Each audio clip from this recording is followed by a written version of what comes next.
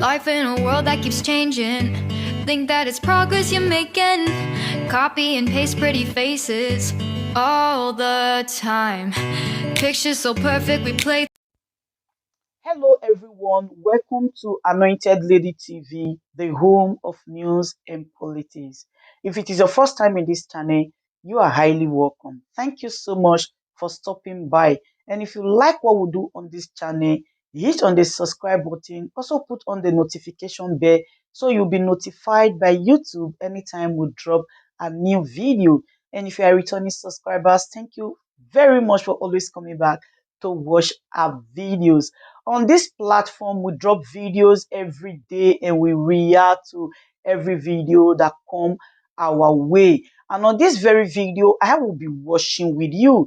And after watching, let's go to the comment section and drop our opinion constructively. Like our videos and also share our videos if possible. See you next time in my next video. Yeah, also the presidential candidate of the Labour Party has said the leaked conversation with the founder and the general overseer of Living Faith Church, J.K. Winners-Shekwu, was doctored and completely taken out of context and distorted in a desperate attempt to rope him and have him prosecuted. Media aide to Peter Obi, Valentine Obi says that there has been a plot to search and review all Obi's calls in the last 3 years with a view to seeing if he mentioned interim government or anything that will make All Progressive Congress prosecute him for treason. And if they take over. According to him, the badly distorted leaked conversation with Bishop Oyedepo is the latest antics in effort to nail his principle. In the audio that has since gone viral on social media, Obi was heard appealing to Oyedepo to help mobilize Christian voters ahead of the election, especially those in the north-central states of Kwara, Kogi, and Niger, declaring that the election was a religious war. Meanwhile, the Obidati Presidential Campaign Council has also dismissed the leaked audio, describing it as deep fake audio file aimed at promoting religious tension in the country. In a statement jointly issued by head Obidati Media, Dironi Fade, and the chief spokesperson of the Labour Party Presidential Campaign Council, Yunus Atanko, it's alleged that the APC was behind the leaked audio. So there are a couple of stories that Dr. Mate, I'm sure you want to jump on. Video of the Living Faith, church, the Winners Chapel. Well, you can't blame the Labour Party for saying that, look, it looks like there is an attempt to monitor all the conversations held on Mr. Peter Obi's phone in the last 1 year as an attempt to set him up for one reason or the other. And specifically in one of the statements that was issued, the National Communications Commission was mentioned in this regard. I think that the NCC, in order to lower tension in the country, we need to come out and say that, look, this is not true. It's also important to note that this could generate fear within the community, with people thinking their phone conversations are no longer safe. Because if you look at the content there, the allegation is that Mr. Peter Obi was using religion, was mobilizing on the basis of religion. Well, isn't it the case that almost every candidate tried to use whatever they have to their own advantage? After all, in the All Progressives Congress, the issue was about Muslim ticket and the fact that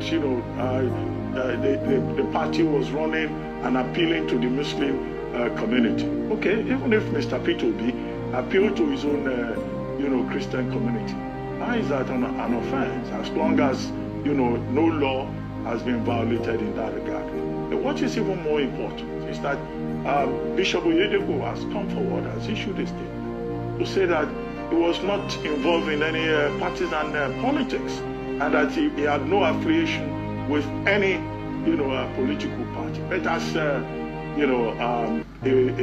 man of the cloth, as a religious leader, it was within his province, within his responsibility to pray for anybody that approaches him. And in that audio, if you listen to it very well, he kept saying, in the name of Jesus, in the name of Jesus, So, I don't see how that is a problem, because even if it was a Muslim that had come to him, he would still give him hope, which is in line with Christian eschatology. He would still encourage the person. So, but, the election's over. I think we should just focus on the judicial process and not heat up the polity in any way. All of that, back and forth between APC spokespersons, Labour Party spokespersons. Look, these spokespersons should find something else to do. The campaign is over. Earlier on we were talking about inauguration, new government, and the cases in court. So if people still have some energy amongst them to cause, conflict, no. We do not want conflict in Nigeria. Elections should not be war. Everybody should know when to cut it off. And Mr. Peter Obi himself has said, look, in seeking what he calls the mandate, he will go through legal and constitutional process. And that's what is important, in my view. Right, a couple of things. And like you said, rightly, a reaction to the message, because this went viral over the weekend. There were many reactions. The APC was, fighting and saying, yes, this is it. Pushing the religious agenda and all of that.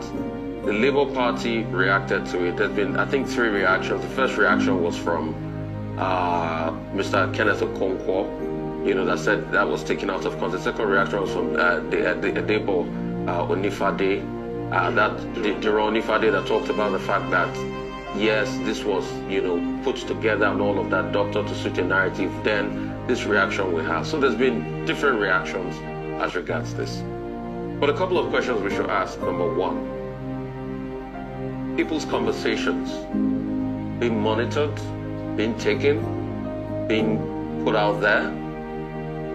There are laws of the land, and as enshrined in the Constitution. Dr. Abati, you are the lawyer, correct me if I'm wrong. I think Section 37 of the Nigerian Constitution talks about right to privacy, if my memory serves me right. And the fact that people have a right to be able to make their private conversations. So people taking those conversations, what does the Nigerian Communication Commission know about all of this? How did the access go to be able to take these conversations?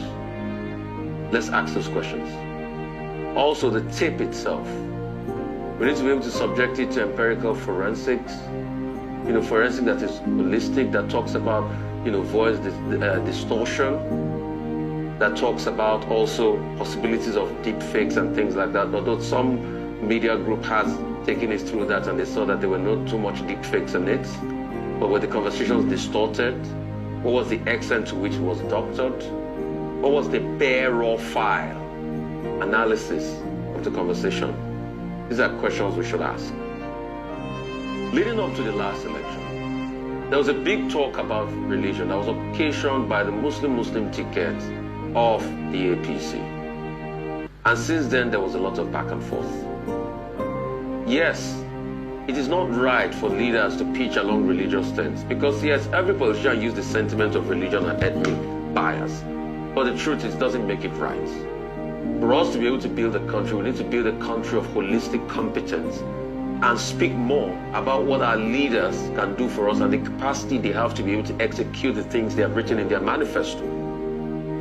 Because when you look, all of us that bicker about religion and bias and ethnic bias in politics, we forget that poverty does not know tribe. Poverty does not select and say, oh, you are an Hausa man, because you're an Hausa man, I will not come your way.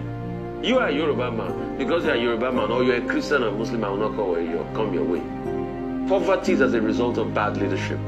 Darren Osamoglu wrote in his book, Why Nations Fail. He said nations fail because their leaders make them fail, pure and simple. The failure of Nigeria is a reflection of leadership. What is poverty? Lack. What causes lack? Unequitable distribution of resource. The clear analogy is some have food they cannot eat. Some can eat but have no food. Some can eat but they have no food. But some have food.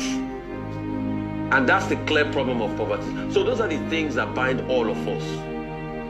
Nigeria has become a country where the vast population is united in poverty. The bigger conversation, rather than the ethnic and the religious bickering, is the conversation about how we can remove poverty from our lives. Because it's actually empirically proven you can bring people out of poverty when you do the right things as regards governance. So I think that's the bulk of the conversation. And going forward, we would like to talk to political surrogates and spokespersons. It is not time to overheat the polity. Because in all of this, we've also had very, very tough incendiary statements here and there, and all sorts of political spin going on. And the political spin will involve deepfakes. So when people started talking about deepfakes, I wasn't surprised, because I remember on this same table on What's Trending, I told Oji that deepfakes will herald our political process. I was proven right. They will use all sorts of means to get an advantage. But the question is, does it take away the pain and suffering of what is happening to Nigerians? So those are the things we should look. We are all united one way or the other in poverty. We are all united in the effect of inflation, both rich and poor. We'll take a short break now. When we return, we'll have Michael Wilson.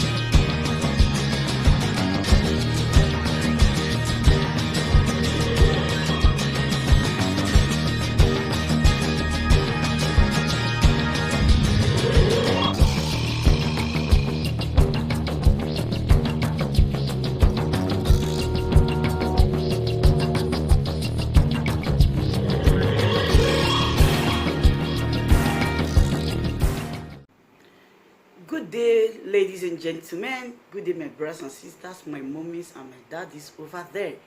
Is your sister again, your doctor, your friend, your girl, Anointed Lady TV. Please, if today is your first time of coming across my YouTube channel, please do subscribe for me. Subscribe and turn on the notification bell.